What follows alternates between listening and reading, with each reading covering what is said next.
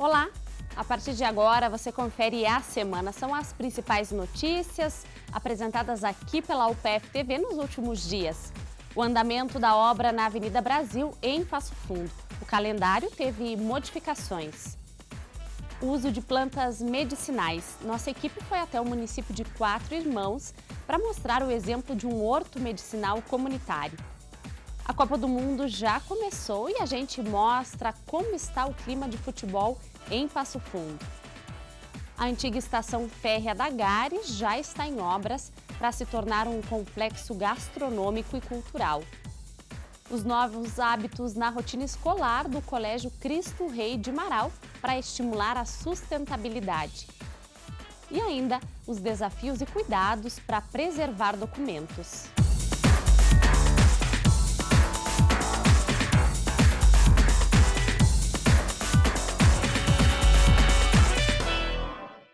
A revitalização da Avenida Brasil começou há 3 meses e o calendário de obras foi modificado, já que no último mês teve uma pausa na produção de cimento asfáltico em Porto Alegre e também a greve dos caminhoneiros. Veja então qual é a situação da obra.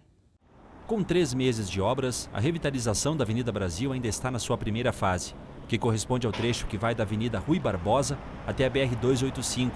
É que esse primeiro momento foi calculado como o mais demorado, já que em relação a outros trechos que precisam de recuperações mais pontuais, esse tem que passar pela reconstituição de pavimento, base e drenagem. Além disso, a pausa na produção de cimento asfáltico de petróleo e a greve dos caminhoneiros fez com que o cronograma fosse adaptado. A gente teve uma influência significativa no nosso cronograma devido a, primeiramente, a manutenção que ocorreu na usina de fornecimento do asfalto em Porto Alegre, né, na usina Alberto Pasqualini, e posteriormente acarretou com a greve dos caminhoneiros, o que nos atrasou um pouco então a execução do asfalto, CBUQ no primeiro trecho. A nossa previsão inicial era de 4 meses nesse trecho inicial da Rui Barbosa até o trevo da 285. A gente acredita que esse impacto da greve e da manutenção da usina nos impacte aí num aumento de 20 a 30 dias nesse primeiro trecho. Porém, a gente adiantou esse serviço na questão das drenagens e também alguns serviços de canteiro central que a gente já está adiantando para que a gente diminua esse impacto de atraso no cronograma das obras. Os próximos passos são a colocação da camada final do pavimento e a instalação da calçada nos espaços de passeio. A drenagem continua em andamento e em alguns trechos já foram instalados o meio-fio. Normalizou o fornecimento do material, a gente está sendo aí acometido pelas chuvas, né? O que já é previsto no cronograma inicial, porém esse atraso pela manutenção da usina e pela greve a gente não tem como prever, né? Uma coisa que aconteceu fora dos nossos planos, porém a gente está trabalhando junto com a equipe de planejamento da obra, o setor de engenharia, para que a gente possa diminuir o máximo possível esse atraso no decorrer dos serviços a serem executados. A gente vem trabalhando em meia pista no sentido centro-bairro, para justamente adiantar os serviços que ficaram presos, né, digamos assim, no cronograma devido à falta de pavimentação. Depois da conclusão da primeira fase, a próxima etapa vai da Avenida Rui Barbosa à Rua Rodrigues Alves, onde a cada 2 ou 3 quadras a avenida será fechada totalmente, com desvio pelas ruas Moron e Paissandu. Dor de estômago, de cabeça, indisposição, resfriado. Certamente alguém já sugeriu para você fazer um chazinho com alguma planta para um desses problemas. E a nossa equipe foi até o município de Quatro Irmãos para mostrar como a população da cidade faz o uso das plantas para os problemas de saúde. Lá tem um horto medicinal comunitário. Elas fazem parte dos nossos antepassados e por muitos anos foram utilizadas para prevenir, tratar e até mesmo curar doenças. Porém, perderam expressividade com a chegada da indústria farmacêutica. Em 2006, a importância do uso de plantas medicinais e fitoterápicos entrou na política nacional do Ministério da Saúde. As plantas vivas passaram a ser ofertadas pelo Sistema Único de Saúde, com a ideia de garantir à população brasileira o acesso seguro e o uso racional. Isso porque as substâncias encontradas em plantas como essas têm ação farmacológica e dão ao vegetal a classificação de medicinal. Significa dizer que é nelas que podemos encontrar propriedade bactericida, cicatrizante, analgésica, anti-inflamatória, anestésica. Bem, este é um horto comunitário localizado no município de Quatro Irmãos, que tem pouco menos de 2.000 habitantes. O horto possui cerca de 63 espécies de plantas bioativas, mantido por meio do trabalho de 6 agentes de saúde que, uma vez capacitados, ajudam a promover o poder medicinal desses seres vivos. E tem planta para tudo que é tipo de problema de saúde. Insulina, muito boa também, que daí ela pode ser usada junto com a medicação. A pessoa jamais vai poder usar só a erva, né? Vai ter que ser usada a medicação normal que o médico receitou, mas ela assim, ó, vamos supor, a diabetes está muito alterada, a glicose está muito alterada, mesmo com a insulina, usando esse chá, ela vai regredir, ela vai abaixar. O alecrim é maravilhoso. Gente, eu tenho alecrim para toda a minha casa. Tu falou que inclusive bota no travesseiro dos filhos. Exatamente, para se animarem para o estudo, porque ele é ele ativa Um estimulante. um estimulante para a memória. No centro do horto está um relógio humano que indica o melhor horário de consumir o chá feito da planta. Quando tomado na hora certa, o efeito é potencializado. O local também recebe a visita de escolas. E as crianças vêm, elas caminham, conhecem, elas escolhem uma plantinha, depois lá na escola elas fazem uma pesquisa com a professora para que serve, o que é bom, e sem contar que a gente incentiva também as mães plantarem em casa. O trabalho com o horto é desenvolvido há 3 anos e é mantido pelo Núcleo de Apoio à Saúde da Família, coordenado pela Marilisa, assistente social formada pela UPF. Houve uma preocupação muito grande em relação ao grande consumo de medicamento. Aí a gente pensou em resgatar os chás, que isso já vem do cotidiano da vida das famílias e estava sendo esquecido. Hoje em dia, ir comprar é mais fácil, mais prático, né? E a gente teve uma grande parceria com o pessoal da Emater. Dá um incentivo para essa comunidade para diminuir um pouquinho a procura da medicação no posto, né? Vamos plantar, vamos ter em casa, vamos fazer um comprimidinho para o intestino com as ervas. Tudo uma coisa fitoterápica, né? Tudo dentro das normas certas, assim, uma quantidade certa. O local também é fonte de pesquisa para a Gislaine, que cursa serviço social na UPF. Eu também fui bolsista da universidade um tempo e nós estudamos com bastante força o saber tradicional e a cultura. Então, eu pretendo também, além do trabalho aqui no horto, desse acompanhamento, desse resgate do saber popular, construir o meu trabalho de conclusão de curso relacionado a isso. E por falar em valorizar o saber popular, é pertinho do horto que trabalha a Célia, uma moradora dedicada a transformar a planta em medicamento natural. É nas mãos dela que as folhas viram chá para infusão, xaropes, fortificantes, pomadas. Tudo isso chega até a comunidade sem custo e com um ingrediente bem especial. O amor. Acho que esse é o primeiro ingrediente, assim, que eu sempre pus em todo o meu serviço, assim, que eu gosto do que eu faço. O projeto está dando tão certo que as comunidades que formam Quatro Irmãos também estão adotando um horto próprio. O Valderi é um dos agentes de saúde que, com a ajuda dos moradores da comunidade Vila Nova, construiu este horto com cerca de 28 espécies de plantas. O pessoal antigamente não dependia muito de farmácia e produtos químicos, na verdade, né? E isso aqui a gente está fazendo com que o pessoal pare de usar aquilo e comece a usar mais isso. Então, antigamente não se tinha muito acesso à saúde, né? Hoje em dia o pessoal acha bem mais fácil ir lá no posto e sair com um monte de remédios, uma sacola de remédios. E a gente quer mudar isso, né? Um trabalho que une a comunidade, valorizando cultura, história e tradição sem descuidar da saúde popular. Eu uso bastante o chá da taquarinha, que é para a bexiga, né? O boldo para o estômago, que é o chazinho que faz bem. Malformação fetal, hemorragias, infecções como meningites podem provocar a hidrocefalia, uma doença grave e rara.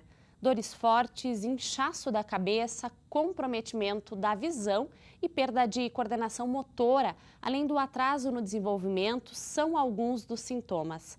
A nossa equipe acompanhou um caso de hidrocefalia na cidade de Panambi, a 180 quilômetros de Passo Fundo.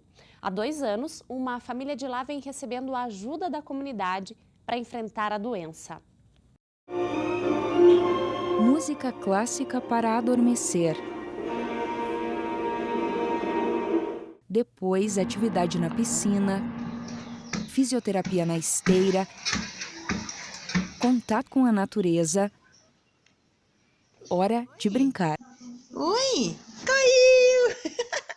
Cada movimento deste menino resistente é uma grande vitória para ele e para toda a família, que é acompanhada também pelo irmão gêmeo, o Logan. Isso porque o Taylor, logo que nasceu, adquiriu hidrocefalia. Essa doença grave é resultado do acúmulo do líquido cefalorraquidiano, ou líquor, que causa um aumento na pressão intracraniana sobre o cérebro, o que pode gerar lesões cerebrais, bem como o aumento e inchaço do crânio. A hidrocefalia pode aparecer no decorrer da vida de qualquer pessoa, mas em 60% dos casos surge na infância. Por isso, quem vê essa criança aparentemente tão frágil não imagina as dificuldades superadas até aqui.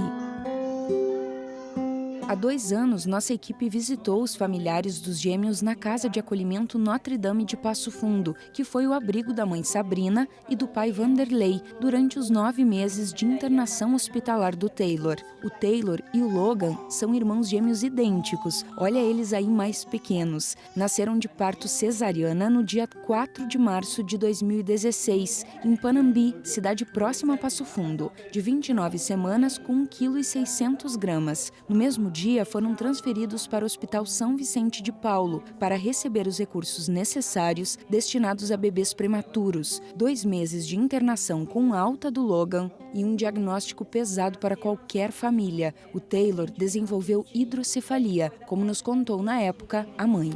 Ele encontrou uma bactéria bem resistente e ele começou a fazer bastante medicamento para combater essa bactéria. E nesse meio tempo ele começou a fazer convulsão e as convulsões dele foi cada vez mais e mais forte, até que deu uma hemorragia grau 4. Da hemorragia grau 4 veio a hidrocefalia, que é o que a gente está lutando até hoje. O Taylor enfrentou 12 cirurgias, 4 de colocação de válvula para drenar o líquido acumulado na região cerebral. Para a família, um menino que dependia de muitos cuidados especiais, mas se mostrava disposto e forte para viver. Mesmo quando ele está muito mal, ele acaba de vomitar, eu digo, vamos lá, filho, de novo, e ele começa de novo e mama. E quando ele não mama na mamadeira, a gente vai para a seringuinha, né? E ele é forte. A gente também é. A gente é mais ainda, né? Porque a gente tem que ser para, quando ele estiver bom, a gente poder ir brincar com ele. É triste a gente ver o Logan grande já gatinhando, né? Brincando, né? Convidando o irmãozinho para brincar, quer agarrar, beijar ele, não pode, né? Porque o mano dói tudo, dói a cabecinha dele e a gente tem que cuidar, né? Pelo necessário afastamento da cidade natal, tanto o pai quanto a mãe ficaram desempregados. A comunidade ficou tão sensibilizada com a história que um movimento nas redes sociais cresceu para arrecadar recursos para que a família pudesse pagar os exames necessários à vista e assim agilizar o tratamento do menino. Então a gente já conseguiu ficar longe do hospital, receber o diagnóstico na hora, né? Para poder estar levando para o doutor ver bem mais ligeiro, bem mais rápido. A gente tem que fazer de tudo que está ao nosso alcance, né? E a gente está muito feliz também pelo pessoal estar ajudando nós aqui em Passo Fundo e todas as cidades, né? Passados 2 anos, o Taylor está assim, dormindo bem, sem dores e evoluindo a cada dia. Em Panambi, na casa da família Haas, todos esses equipamentos comprados com o dinheiro das doações servem de estímulo para o desenvolvimento do menino. O pai das crianças voltou a trabalhar. A mãe optou por cuidar dos filhos e segue contando com a solidariedade humana para avançar em tratamentos dentro e fora do país. Continua as mesmas idas e vindas para fazer as físio, tudo, né, os tratamentos. E o que mudou é que a gente não se cansa de pesquisar algumas coisas que possa melhorar mais a qualidade de vida dele, né? O Logan, ele tá muito bem, ele é ativo, arteiro, gosta muito de brincar. E o Taylor ainda é como um bebê de 3 meses, tem bastante dificuldade para se alimentar. Tem dias que ele melhora, tem dias que é como se ele tivesse esquecido e a gente tem que ensinar tudo de novo. Depois, a gente está tentando levar ele para fazer o tratamento de células-tronco, que é muito bom também. Já vi casos de crianças que foram e que passaram do alimento líquido para o pastoso, para o sólido. Tentando, se eu não conseguir aqui, levar ele para Nova Orleans. Tratamentos mais avançados ajudam a controlar essa doença ainda sem cura e são a esperança de uma mãe incansável, de um bebê que chegou até aqui, venceu um diagnóstico médico absoluto. Então o médico achou melhor nós não mexer, que a gente acabaria judiando mais ainda dele. É para mim dar tchau para ele e aceitar, porque eu ainda teria o Logan, né, para cuidar e tudo. Mas eu não queria, não. Eu tinha pedido muito a Deus, para Deus me mandar para casa com os dois, independente de como fosse, né? Mas eu queria que ele ficasse feliz. E eu sempre esperei o sorriso dele e esse ano veio. Então a gente está muito feliz. De acordo com este neurocirurgião, existem pessoas que conseguem viver normalmente com a hidrocefalia, especialmente quando o estágio não é de gravidade. É importante diagnosticar porque, uma vez aumentando esse líquido, ele pode comprimir o cérebro contra a tábua óssea, e isso faz com que o cérebro sofra. Então, aí é que é importante fazer o diagnóstico de hidrocefalia, que pode prevenir futuramente crianças com problemas. Para ajudar e levantar a autoestima de outras famílias na mesma ou numa situação parecida, a Sabrina está juntando esforços para montar um instituto. É o Borboleta Habilitar. Eu estou escrevendo o estatuto, mas eu preciso de alguém que me ajude com os termos mais formais, né? Então, até se alguém quiser me ajudar, eu acho que cabe a um advogado, né? Para a gente escrever e colocar ele para funcionar. Eu quero que essas mães possam ter autonomia, possam estar felizes. Tem mães novas que estão em casa cuidando o dia inteiro da criança. Eu quero que a gente possa ter um lugar para que essas mães possam deixar os filhos e elas possam estudar, possam estar trabalhando de novo. É difícil precisar se o Taylor vai caminhar ou falar um dia. Mesmo assim, para esta família, ele veio para fazer o bem. Ele acordou nós para a vida. Ele trouxe nós para um sentimento de olhar para todo mundo no fundo e pensar o que essa pessoa está sentindo, sabe? O que você sentiria se soubesse que com a sua doação de sangue, 3 vidas foram salvas? Cada doação pode salvar 3 vidas. Veja então como foi o movimento no Hemopasso no Dia do Doador de Sangue.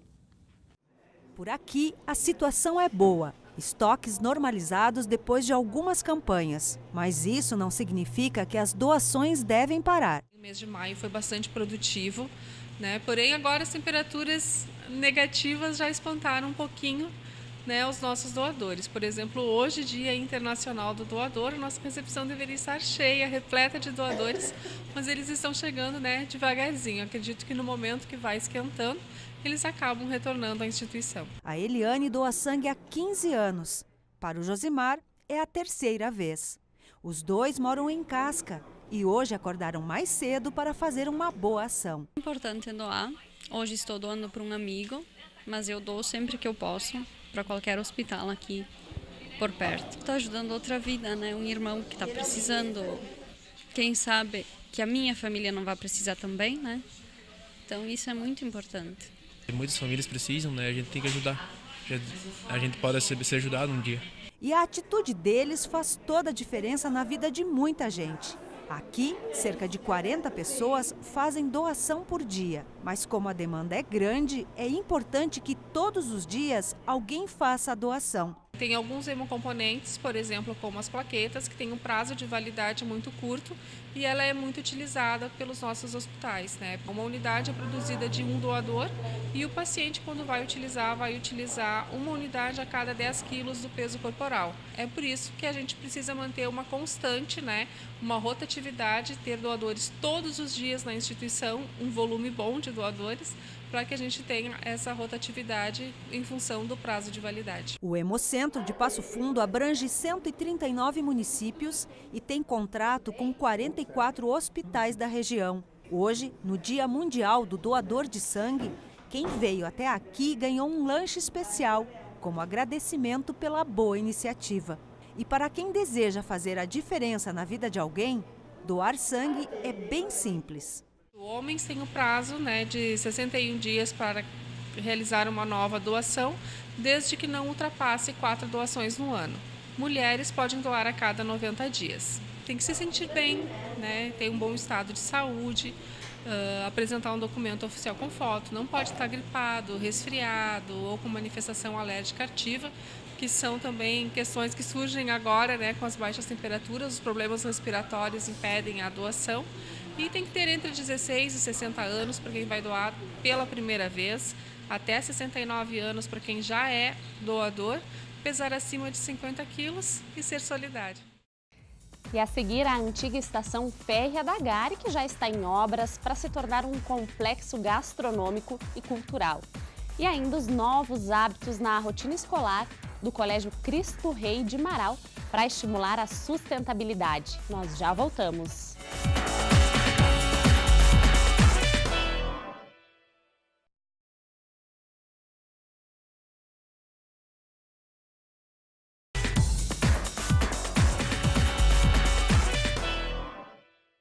Está prevista para setembro a conclusão da obra de restauração do prédio da antiga estação férrea da Gari de Passo Fundo. O prédio, tombado como patrimônio histórico do município, vai abrigar um complexo gastronômico e cultural. A implantação da ferrovia em 1998 foi marcante para a estruturação urbana de Passo Fundo. O apito das máquinas foi mais que um símbolo de progresso. Representou também saudade para aqueles que partiram e muita alegria em torno daqueles que chegaram. As inúmeras histórias que percorreram os trilhos da ferrovia hoje talvez estejam ecoando em alguma roda saudosista. O trem ficou quase esquecido. O início dos anos de 1980 trouxe o declínio do transporte de passageiros. Do coração da cidade saíram as máquinas e foram retirados os trilhos. Por alguns anos, o complexo ficou abandonado, até que em 2016 o parque passou por grandes obras e a área revitalizada ganhou espaços estruturados. Agora, chegou a vez do prédio da estação do trem. Para o município é maravilhoso, porque a empresa está investindo na faixa de R$530 mil num prédio histórico, né, do município. Então, eu acho que está sendo muito bom para preservar o prédio e também para gerar novos empregos, tudo para a cidade, né? E além do lazer que vai passar para todo mundo, né? O prédio, tombado como patrimônio, é ponto de referência do desenvolvimento.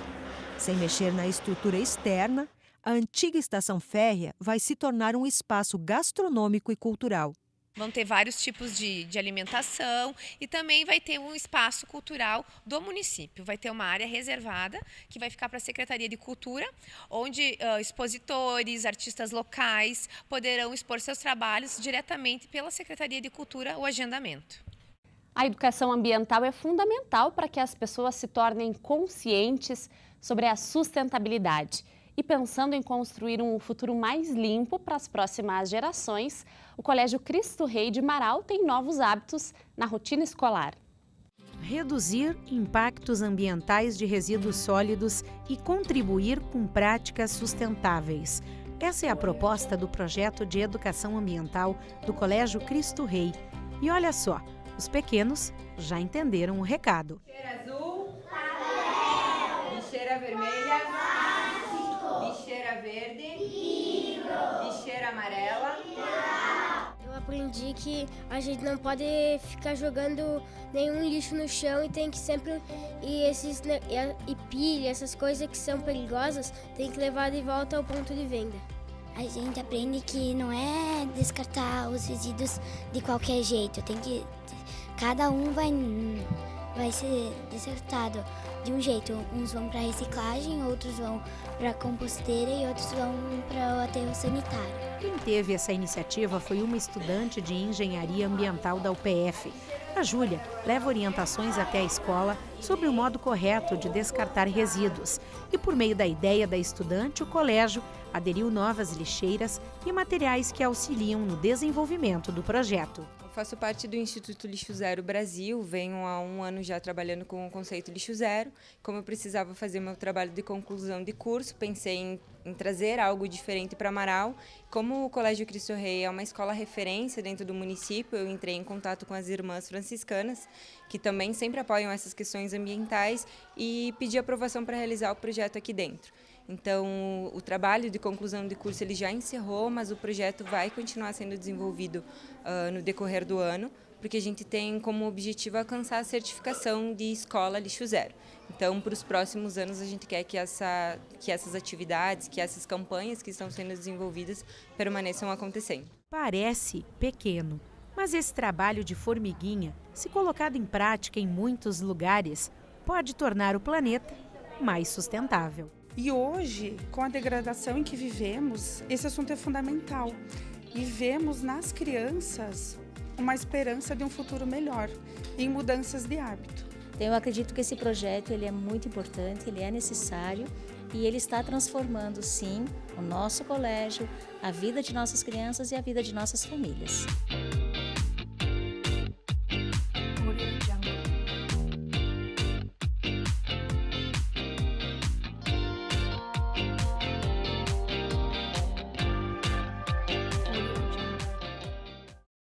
A história do povo africano, a importância da chegada do negro ao Brasil e ao Rio Grande do Sul esteve mais próxima dos alunos da Rede Municipal de Ensino de Passo Fundo.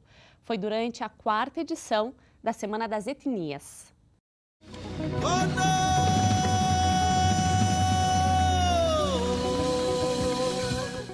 Estes pedacinhos de pano representam parte de uma história quase não contada. As crianças estão montando uma abaiomi. Da língua iorubá, a pequena boneca negra de pano significa encontro precioso.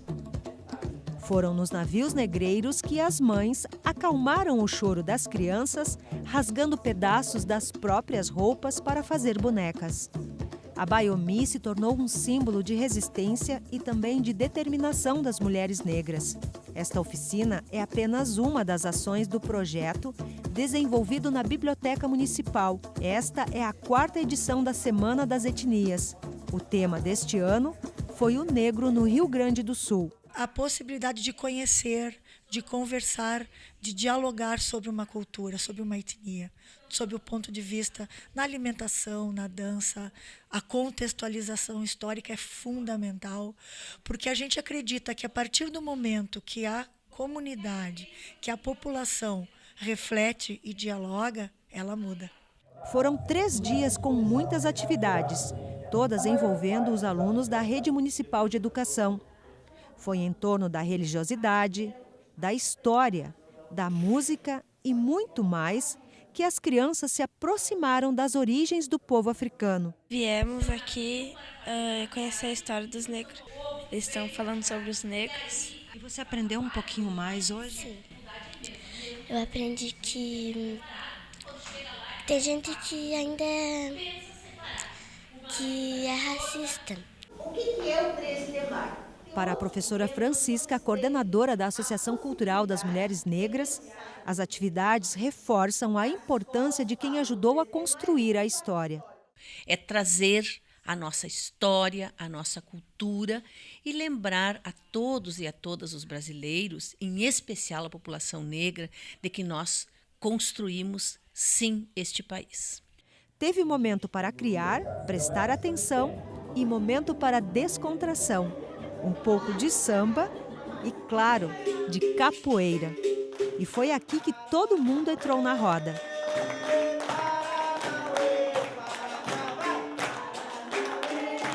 Mais do que um jogo, a capoeira é também um símbolo cultural de resistência dos negros. Essa proposta da biblioteca é muito importante você deixar as crianças ter acesso.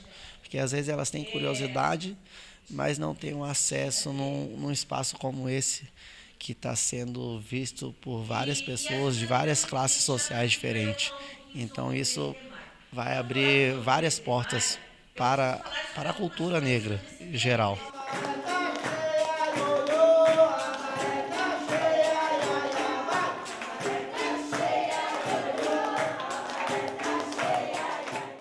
E a UPF segue sendo homenageada na região. A Câmara de Vereadores de Lagoa Vermelha também celebrou os 50 anos da universidade. A UPF ainda nem tinha completado 25 anos quando o campus de Lagoa Vermelha foi criado. Hoje, com quase 30 anos, a unidade conta com 5 cursos que buscam o desenvolvimento dessa região. Esse foi o principal motivo destacado na homenagem às 5 décadas da universidade, prestada pela Câmara de Vereadores de Lagoa Vermelha. A sessão solene foi proposta pela mesa diretora da Casa Legislativa. É uma empresa, uma instituição que está há 50 anos no mercado, transformando a nossa sociedade, as comunidades, não poderia passar em branco sem que a Casa do Povo, a Câmara de Vereadores de Lagoa Vermelha fizesse homenagem. A região tem um outro nível de conhecimento, tem um outro nível cultural graças à Universidade de Passo Fundo. Inclusive as demais instituições de ensino superior que se estabeleceram aqui em Lagoa Vermelha têm profissionais formados nas nossas faculdades, nos nossos cursos. E isso é muito gratificante. Muito bacana ver isso no dia a dia da comunidade. A história da UPF foi lembrada por todos. Uma placa de honra ao mérito foi entregue ao atual reitor e aos ex-diretores da instituição. Não apenas da universidade no seu campo central Passo Fundo, mas sobretudo pela contribuição que a universidade tem dado na formação de profissionais aqui no campus de Lagoa Vermelha, bem como na interação que estabeleceu com a comunidade de Lagoa Vermelha, com vários serviços prestados.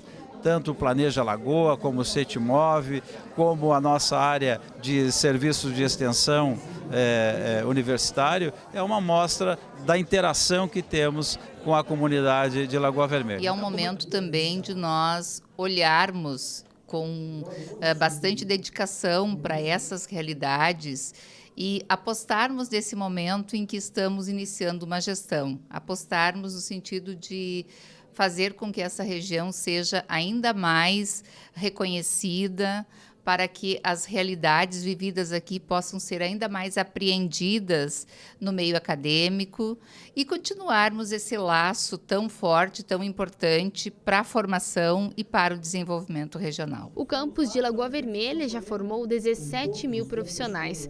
O total da UPF é de 76 mil diplomados, distribuídos nos 6 campi da região norte do Rio Grande do Sul. E depois do intervalo, os desafios e os cuidados para preservar documentos.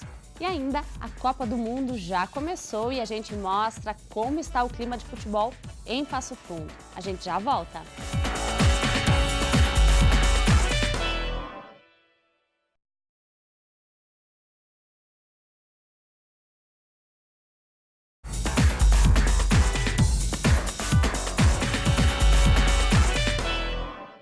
Peça de teatro, olha só as sugestões de atividades culturais que a gente trouxe para você nesse fim de semana. Eu sou Áurea Batista, atriz do grupo Teatro Ateliê, e quero convidá-los para que neste fim de semana assistam ao espetáculo teatral Irma, ou Quanto Tempo Leva para Transbordar um Balde. Inspirada na obra do espanhol Federico García Lorca, o espetáculo vai estar neste domingo, dia 17 de junho, às 20 horas, no Teatro do Sesc. Nós esperamos você lá. Quer saber as novidades do mundo da música? Hoje quem traz as informações é o Evandro Oliveira, da Rádio PF. Olá, estamos aqui para falar de Lobão, que está com um novo trabalho para ser lançado agora nesse mês de junho. Trata-se do Antologia Politicamente Correta pelos anos 80 do rock. Esse trabalho vai sair em CD, em vinil e também nas plataformas digitais. E o Lobão revisita 25 clássicos gravados entre os anos de 1980 e 1989.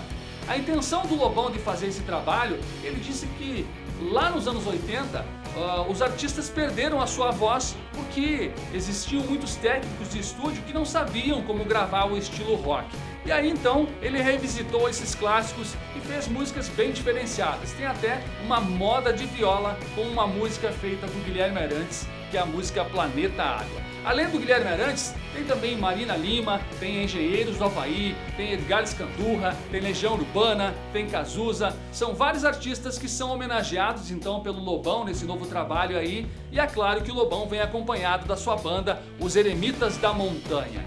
E falando do livro, então, que ele lançou um tempo atrás, que leva mais ou menos o mesmo nome, que é o Guia Politicamente Correto dos anos 80 pelo rock, em que ele conta essa e também várias outras histórias do rock. Vale a pena conferir, então, essa dica bem bacana aí sobre o Lobão. Eu presto atenção no que eles dizem, mas eles não dizem nada. Fidel e Pinochet tiram sarro de você que não faz nada. Eu começo a achar normal que algum... No Acorde de hoje é dia de conhecer o trabalho de um músico que nasceu em Santo Ângelo, mas atualmente mora em Carazinho. Você conhece agora o trabalho de Dani Moura.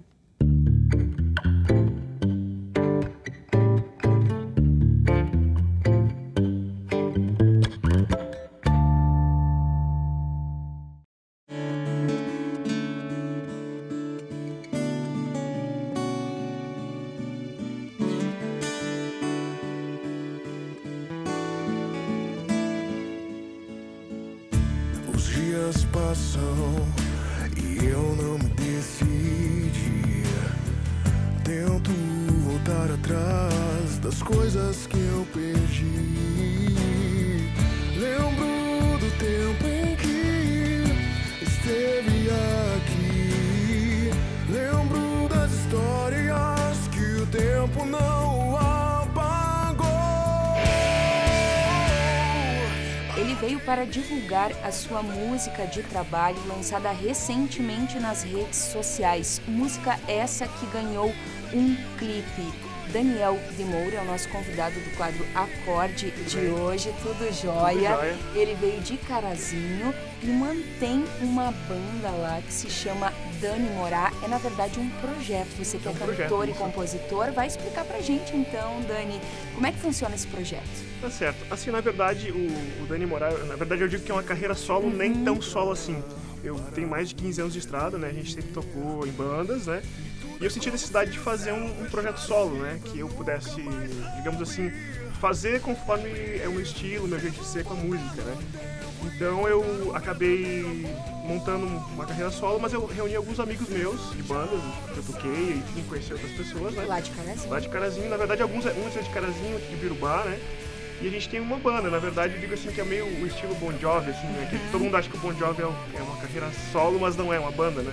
É a carreira solo, nem tão solo assim. Nem tão solo assim, verdade. Você toca desde os 15 anos, toca e canta, né? Toca e canta. Desde os 15 anos de idade. E aí foi ao encontro, na verdade, do pop rock. Como que surgiu esse gênero na tua vida? Na verdade, eu tenho desde os anos 90, na verdade, né? Então eu me influenciei com bandas como Creed, Nickelback, The Calling, que eram as bandas mais pop rock que tinha da época, né? Não que eu também não escutasse rock pesado, como Metallica, o Pearl Jam também é uma das bandas que eu tenho referência, né? E eu encontrei na música, na verdade, foi quando um amigo meu me convidou para um show de bandas de garagem. E eu fui num show nesse festival e tinha um cara lá em cima de um caminhão de fruta velho, caindo nos pedaços, que depois, conforme ele pulava, o caminhão chacoalhava, né? Mas eu achei aquilo o máximo, eu tinha meus 14, 15 anos, né? E aí eu achei que o máximo, quero fazer isso da minha vida, vou montar uma banda, daí comecei a aprender a tocar, cantar. Tocou em várias bandas. Aí toquei algumas bandas, a última eu gravei CD, DVD. Bem, Outra Vez, então, é justamente o primeiro single desse projeto solo, Dani Moura. E o resultado desse trabalho agradou? Agradou. A gente gravou no Teatro do Sesc, uma parte do Sesc de Carazinho, né? Gravamos lá a primeira parte, a segunda parte a gente fez em Erechim, algumas cenas externas, né? E agradou, a gente fez uma qualidade legal, assim, o clipe, né? A gente gostou do trabalho, né? O pessoal muito profissional que trabalhou com a gente, né? O show, então, essa apresentação acontece quando? O show vai ser dia 9 de junho, é com a banda mesmo, não é show acústico, a gente vai tocar lá na arteria de Carazinho, né? O local onde o pessoal se reúne.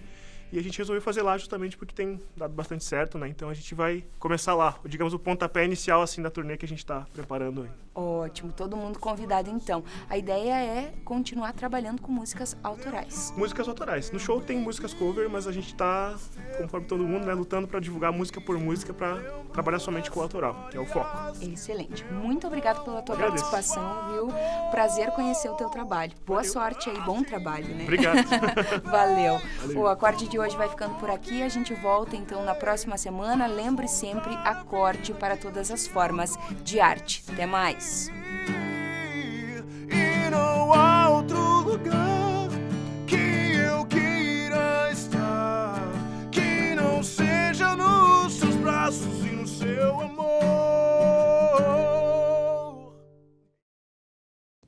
Conservar um documento, um livro ou até mesmo um jornal não é tarefa fácil. Afinal, eles perdem a qualidade com o tempo. E o Arquivo Histórico de Passo Fundo organizou uma oficina para ensinar sobre restauração. Em nossa rotina, temos hábitos que prejudicam a conservação de materiais em papel. Um exemplo, o uso de grampos e clipes em folhas. A Isabela é professora de História e, para ela, conservar um arquivo histórico é conservar memórias. Eu, como professora de História, trabalho com os documentos, eu acho interessante a gente saber conservar os documentos. Até os documentos que a gente tem em casa, como a certidão, como um documento histórico também, livros. É importante a conservação para manter a memória. Mais tarde, quando a gente conseguir fazer uma pesquisa, ter os documentos íntegros, né? Essa atividade fez parte da programação da Segunda Semana Nacional de Arquivos, que acontece todos os anos no mês de junho. A proposta foi aproximar os acadêmicos do curso de História da UPF e demais interessados em preservar e restaurar arquivos. Nós estamos ensinando aqui a técnica a higienização do documento, que é o primeiro processo, primeira parte técnica do processo que se faz um documento. É limpar com uma trincha, depois tirar as partículas de pó, passar o pó de borracha para a limpeza do documento e posteriormente as embalagens para guardar esse documento, para conservar esse documento. A adolescência é tida por muitos como uma fase de incompreensões, de mudanças físicas, psicológicas, sociais. E como é ser um adolescente dentro de uma casa de acolhimento? Como se dá a construção da própria identidade quando se está afastado da família? Essas questões foram vivenciadas em uma oficina com os monitores das casas, através do projeto de extensão da UPF, Educação e Cidadania. Pode parecer um simples pano, mas dentro das técnicas do teatro, do jogo dramático, ele se torna um elemento que representa de várias maneiras um conjunto de sentimentos vividos por adolescentes que estão em casas de acolhimento. Tristeza, medo, revolta, necessidade de proteção e apoio são alguns dos sentimentos representados por esse grupo de cuidadores, profissionais que acabam sendo a única referência adulta dos acolhidos. Isto não é um pano, tá? Isto não é um pano. Isto não é um pano, mas é... Certo?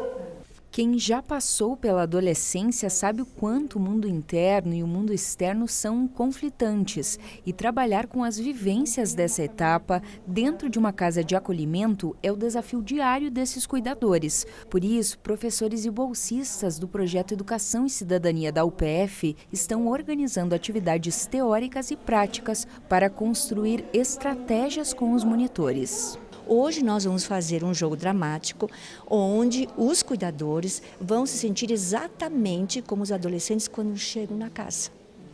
Chegam numa casa onde toda a parte física lhe é estranha, as pessoas lhe são estranhas e ele se sente num mundo que não é o dele e que ele não gostaria de estar. Então, assim é que vão se sentir hoje os cuidadores, para passar pela mesma experiência que esses adolescentes passam ao chegar na casa. Posterior à atividade, esse jogo dramático, nós faremos então um diálogo, né, para ver como se sentiram e vamos propor algumas alternativas, porque uma questão é, vamos levantar as dificuldades, mas e o que fazer com elas? Todos nós somos adolescentes. Num primeiro encontro, nós tentamos resgatar um pouquinho disso, 15 dias atrás, com os cuidadores, a questão de você resgatar o teu adolescente, aquela referência que todos nós temos, né? E hoje nós vamos continuar nesse sentido, trabalhando um pouco também da resiliência, que é um conceito interessantíssimo, importantíssimo, que ajuda a nos salvar e nos trazer mais sabedoria para o dia a dia. Resiliência para entender que mesmo passando por grandes impactos físicos e psicológicos, o ser humano possui uma grande capacidade de se restabelecer, recuperar o equilíbrio. Eu acredito que como acadêmico de artes visuais e como futuro professor, é interessante isso que o projeto traz da humanização, porque vai ser de extrema importância para mim na minha formação futura. Humanização para se fortalecer coletivamente. O momento da gente parar, da gente também se compreender, se escutar, né? Para depois o que a gente faz no dia a dia, né? Com os adolescentes na casa, para ver que a gente não está sozinho também, né? Mas como a gente está em grupo, o trabalho é um trabalho conjunto, continuado, né? Então esses encontros são muito importantes para o nosso trabalho do dia a dia. Acho que são momentos que a gente se une, o grupo se une muito e troca ideias e troca estratégias de atendimento aos adolescentes, que é um público muito complicado de se trabalhar nas casas de acolhimento. E eu acho que a importância é essa, a gente se fortalece, a gente troca ideias, troca experiências e isso é muito válido no trabalho do dia a dia. Nesta semana, o mundo se tornou o planeta do futebol. Milhões de pessoas mudam a rotina, renovam suas esperanças em torno da Copa do Mundo. O Brasil busca o 6º título. Só aí já é motivo para a mobilização. Será? Não é isso que a gente vê nas ruas.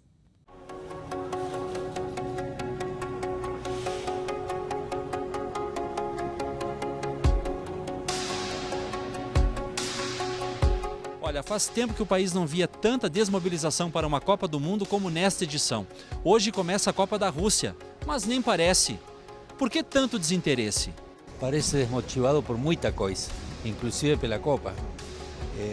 O descontento geral faz com que a gente não tenha motivação nem mesmo para o futebol, que é a motivação quizás mais importante que tem o brasileiro, né? Com o pé meio atrás, né, por causa da Copa passada do Brasil, que foi uma vergonha, né, para a seleção, mas estamos confiantes que o Tite acho que vai melhorar muito. Apesar das dificuldades que o Brasil vem passando, o futebol é um meio de o povo resgatar um pouquinho daquela esperança. Ainda mais com o Tite que arrumou o time. Tu tá confiante pelo jeito? Eu sim. A bagunça que tá, né, pra gente ter muita força, assim, acho que é hora de se unir mesmo e que nem eles vestiram aquele terninho, né, acho que a gente também tem que usar e pensar também a respeito de todas as coisas. É verdade que a mobilização dos jogadores em torno do lance do terninho passou uma mensagem de união. Mas aqui em Passo Fundo, a Avenida Brasil, principal via do município, a Rua Moron, conhecida por ser a mais charmosa da cidade, olha aí, nada de decoração.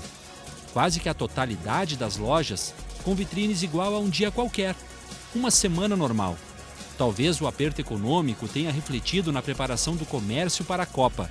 Talvez. R$500 dá uma camisa. Tu viu isso, né? R$500. E aí fica difícil, né?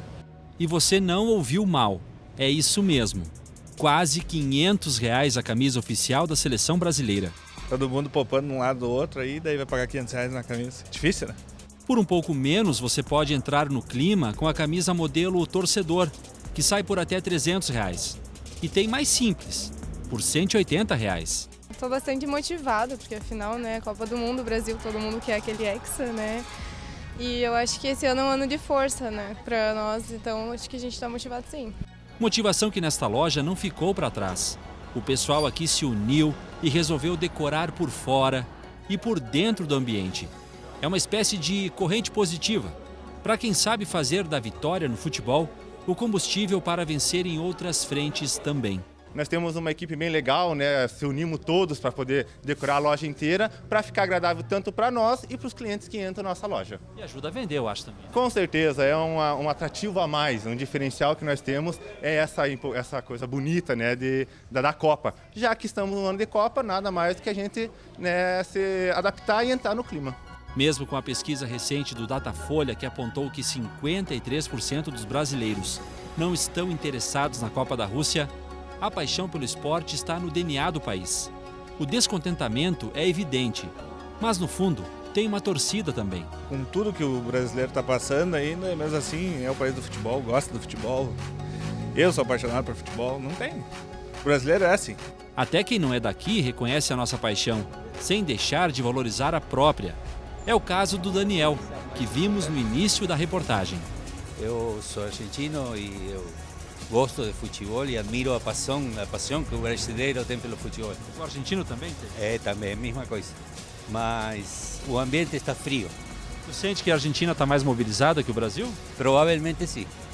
Provavelmente sim. Mesmo com os mesmos problemas e as mesmas complicações socioeconômicas que a gente tem, né? Os problemas são iguais lá que aqui. Mesma coisa. Quanto tempo de Brasil? 15 anos. Aqui em Passo Fundo? Em Passo Fundo. Mas ainda tem o sotaque argentino, né? É. não se perde. E aí na Copa vai torcer para quem? Até onde avance a Argentina por Argentina, depois conversamos. Valeu, obrigado. E o programa de hoje termina aqui. Na próxima sexta nós temos um novo encontro. Obrigada pela sua companhia.